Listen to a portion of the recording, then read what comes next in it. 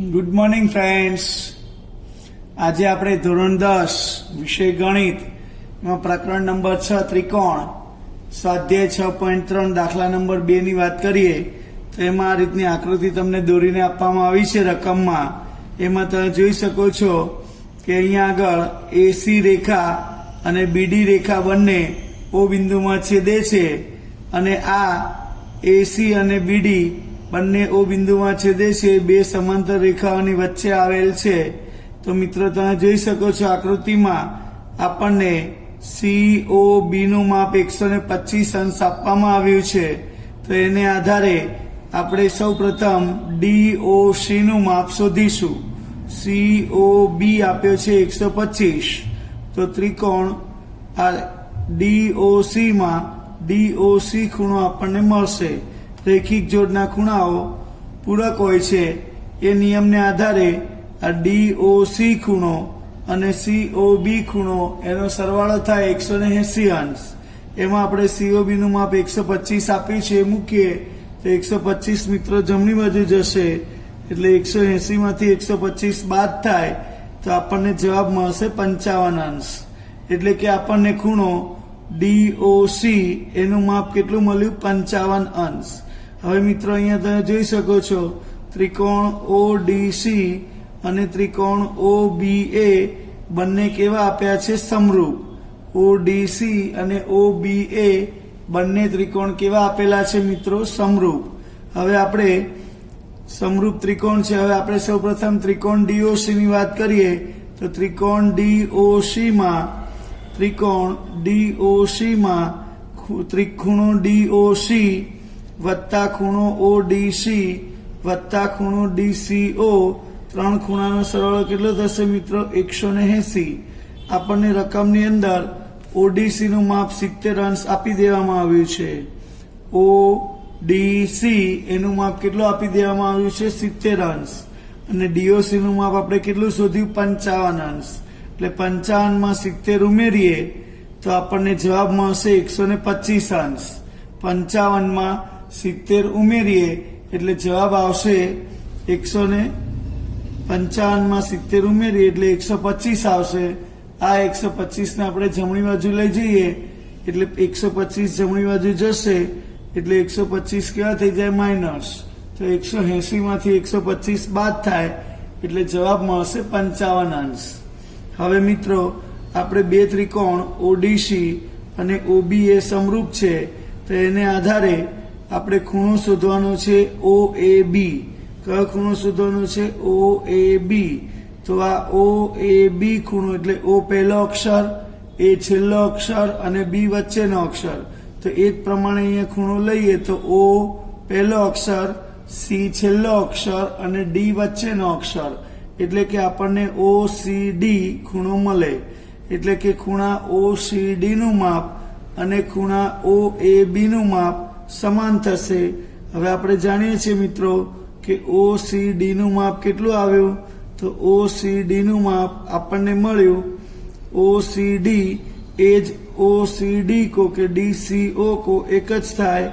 એટલે OCD નું માપ આપણને કેટલું મળે છે મિત્રો? 55 અંશ મળે છે.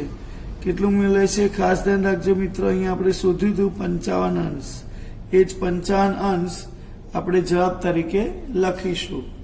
હવે મિત્રો આપણે એક પ્રમેય જોઈએ, પ્રમેય 6.6.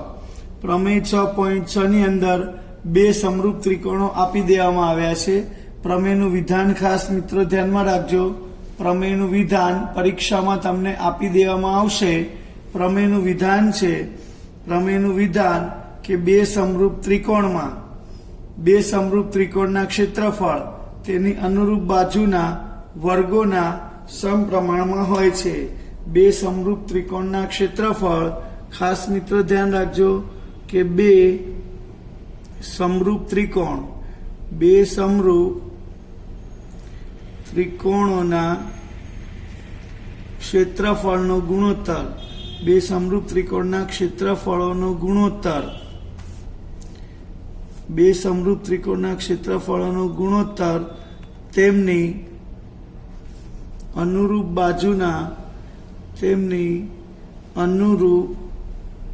બાજુઓના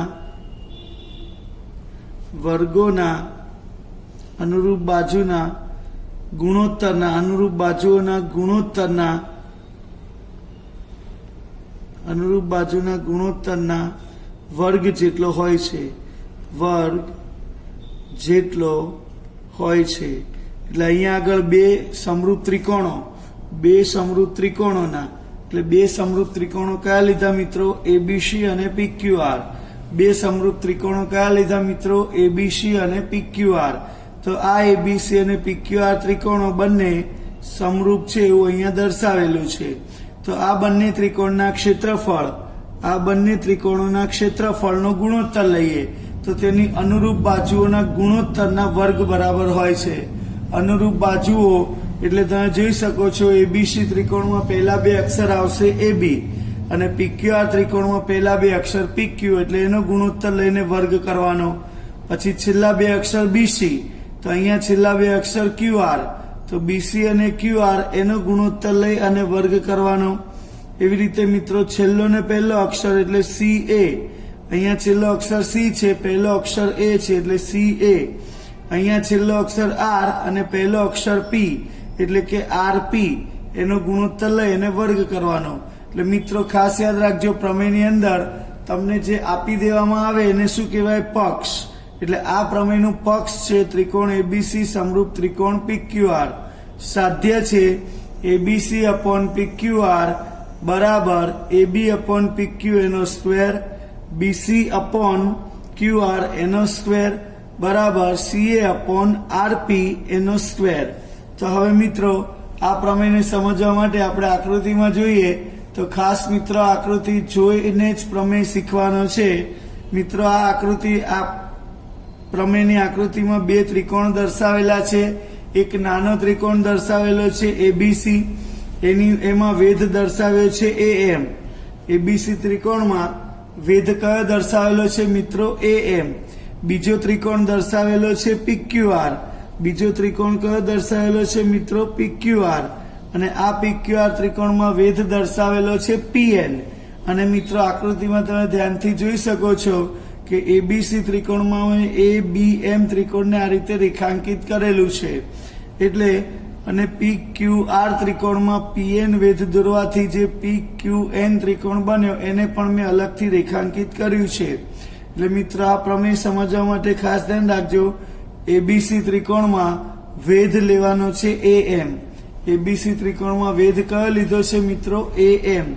અને આપણે સૂત્ર જાણીએ છીએ, ધોરણ 9માં તમે આ સૂત્ર ભણી ગયા કે ત્રિકોણનું ક્ષેત્રફળ બરાબર 1/2 પાયો ગુણ્યા વેધ. તો એબીસી બરાબર 1/2 ગુણ્યા પાયો છે બીસી, પાયો કયો છે બીસી અને વેધ કયો છે પીએમ. અહીંયા વેધ એબીસી ત્રિકોણમાં વેધ કયો છે એએમ. એટલે અહીંયા સૂત્ર મૂક્યું એબીસી બરાબર 1/2 બીસી ગુણ્યા એએમ. એવી રીતે મિત્રો બીજો ત્રિકોણ છે પીક્યુઆર. તો આ પીક્યુઆર ત્રિકોણમાં વેધ કયો દર્શાવેલો છે? પીએન. વેધ કયો દર્શાવેલો છે મિત્રો? પીએન. તો ત્રિકોણ પીક્યુઆરમાં વેધ પીએન છે.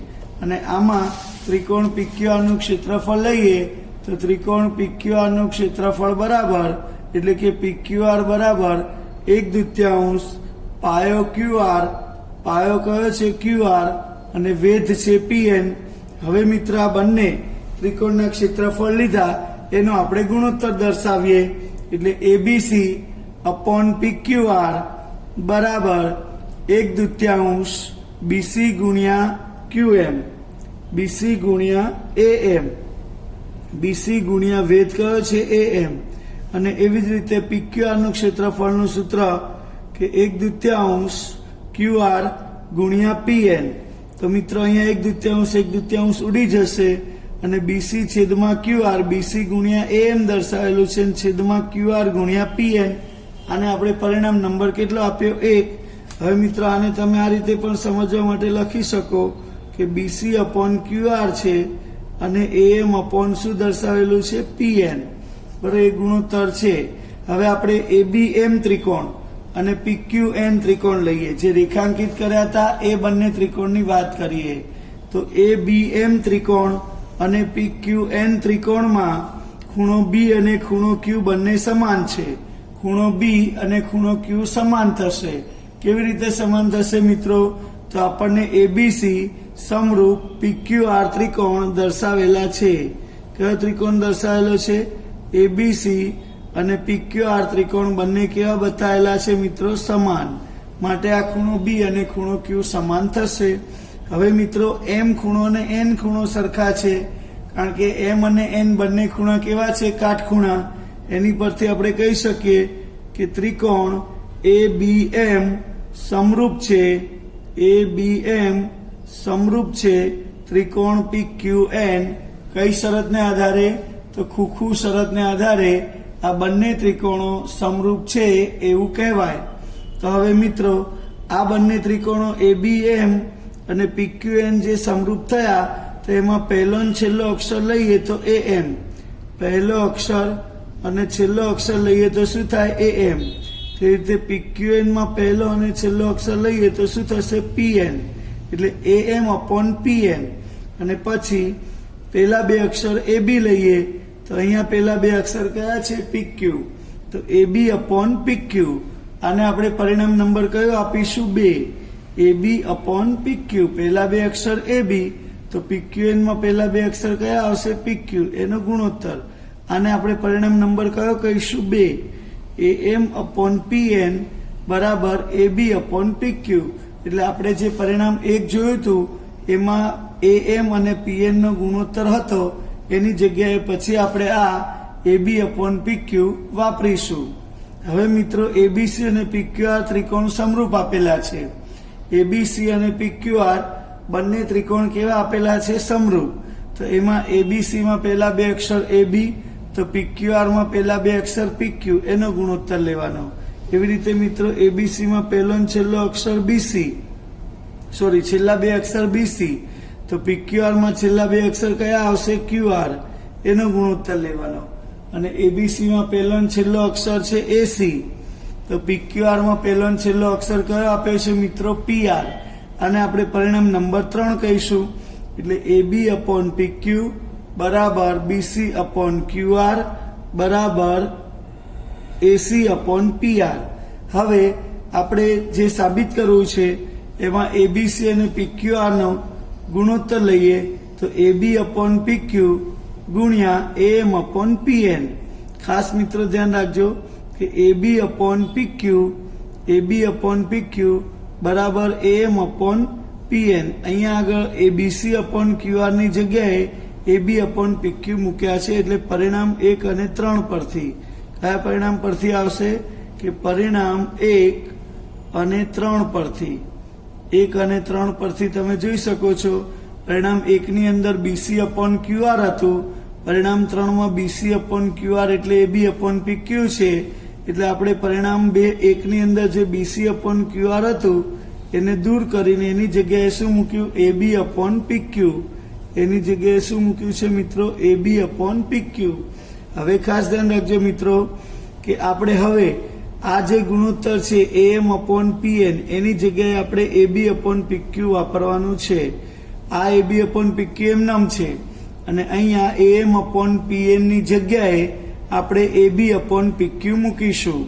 શેને આધારે મૂક્યું મિત્રો? એ પરિણામ નંબર 2 ને આધારે. શેને આધારે મૂક્યું? એ પરિણામ નંબર 2 માં આપણે દર્શાવ્યું હતું કે AM/PN બરાબર AB/PQ. તો હવે મિત્રો AB બે વખત AB/PQ આ ગુણોત્તર કેટલી વખત થઈ ગયો? 2 વખત. માટે AB/PQ એનો સ્ક્વેર થઈ જશે. એટલે કે આ રીતે આપણે સાધ્ય જે છે એ મેળવી શકીએ. કારણ કે આપણે જાણીએ છીએ કે ત્રિકોણમાં આ બંને ત્રિકોણમાં ત્રણેય બાજુઓનો ગુણોત્તર જે AB/PQ બરાબર BC/QR બરાબર AC/PR છે. તો આપણે એ રીતે AB/PQ નો વર્ગ એની જગ્યાએ હું BC/QR નો વર્ગ પણ દર્શાવી શકું અને CA/PR એટલે કે RP નો વર્ગ પણ દર્શાવી શકું.